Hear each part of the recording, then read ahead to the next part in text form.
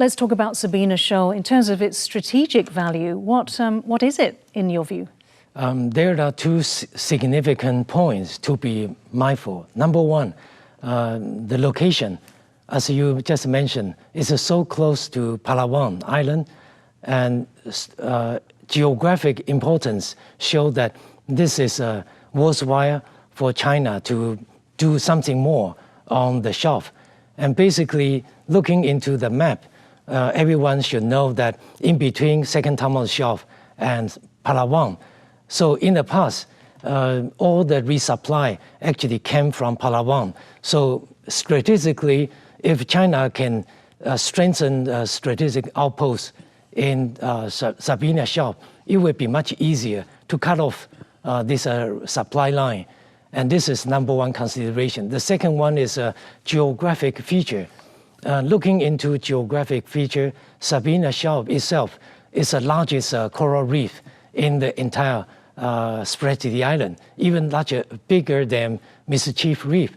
So in this sense, if China would be able to consider to conduct such a land reclamation, it can build another massive artificial island there, which will become very strategically important, putting lots of pressure on the Philippines. Right. And Tony, let's place Sabina Shoal in terms of, it's like, perhaps we can call it the third hotspot, Scarborough Shoal originally, Second Thomas Shoal, and now Sabina Shoal. Yeah, Sabina Shoal, like Professor Liu said, it would, if China landfills it and make it a military base, it would be the closest spot to the Philippines. And if you recall, many of the bases that Filipino opened up for the United States deployment is right there in Palawan. And if you look at the other location, which is over at Scarborough Shoal.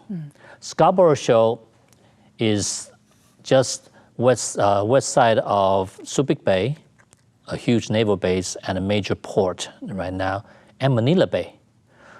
And China basically occupied it in 1992 and forbid Filipino claim against it.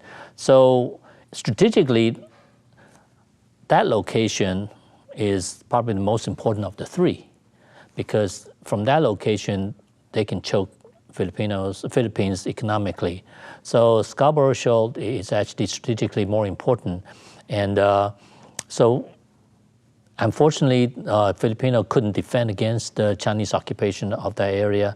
So of the three locations, I would say Scarborough Shoal is more important. And the United States continue to watch that, because if United States forces are going to deploy to Subic Bay, it would be very bad to have Chinese forces sitting right there. Let's move, Professor Liu, now to the visit by the Vietnam's Defense Minister Phan Van Giang to meet with Teodoro, and they agreed basically to advance their defense and military cooperation. Now, we saw the joint Vietnam-Philippine Coast Guard drills for the very first time, and now this visit and deepening Navy cooperation. So how do you view this cooperation, this more deep partnering on Vietnam's part?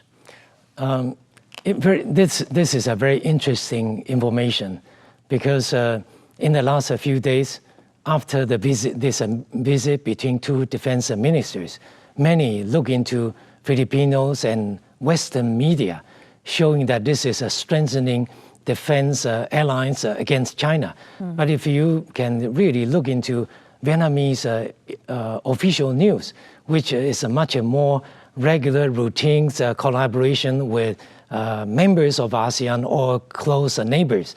So nothing really special, because I interpreted very details about what they said on this particular meeting.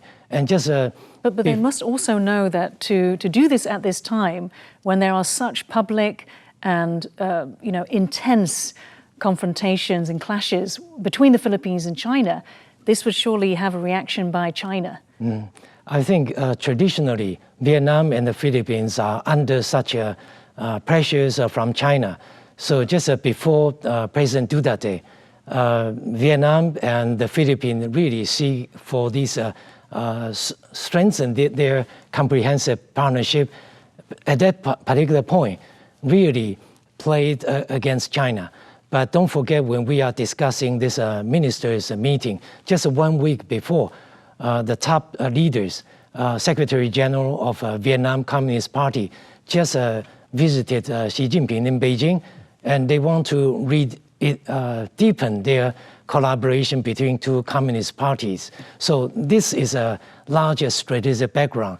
Vietnam at this moment, as I personally think, Vietnam would really like to have a closer, deepen their relations with China. And of course, at this moment, they want to also make sure their neighbors will work together. That's all about it. And so it's not sending a message to China to say that we can also partner with the Philippines, which is US allied. Of course, everyone is playing this double-sided diplomacy. Especially, we describe Vietnamese foreign policy as bamboo diplomacy, shifting on the different sides. But I think, as I can see, this is a quite normal, regular collaboration, even if the timing is critical. But I don't think it will come with such a different special meaning to such a conflict before we discuss China and the Philippines. Okay. Tony, final question about the Typhoon missile system. Now, this caused a bit of controversy. Beijing basically said that the presence of the missile system risked war. Now, it was brought to the Philippines by the US before the Balikatan exercises. It wasn't used. The US said it was a test of whether it could be transported by air. What's your view about the Philippines purchasing this system? You know, what message does it send? What deterrence value does it have? I think it's very disingenuous of China to say this type of system risk war, because if you look at what missile systems are deployed in southern China, so if China was going to attack any targets in South China Sea or Philippines, most likely they will use the Dongfeng 16 and Dongfeng 21. Dongfeng 16 has a range of 1,000 kilometers. Dongfeng 21 has a range of over 1,500 kilometers. Basically, from Guangzhou, they can hit Manila. And to say Filipinos try to defend themselves using Typhoon system, which can employ both the SM-6, ground launch SM-6, about 500 kilometers, and Harpoon, the Tomahawk missile, 1,500 kilometers. So it's similar system, and Filipinos trying to acquire some system to defend themselves where China already has that system that can strike Philippines. So I feel, like I said, the real threat is truly from China, and they point out other people, but they themselves is the one that's threatening the region.